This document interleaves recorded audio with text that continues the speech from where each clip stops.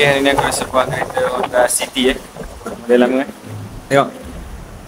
So dia kata ada berbunyi Nampak brake pad pun dah habis Nampak? Nipis Habis lah ni.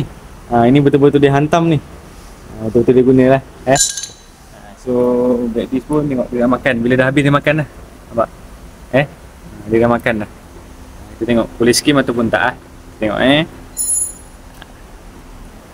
So kiri kanan Kiri kanan Tengok.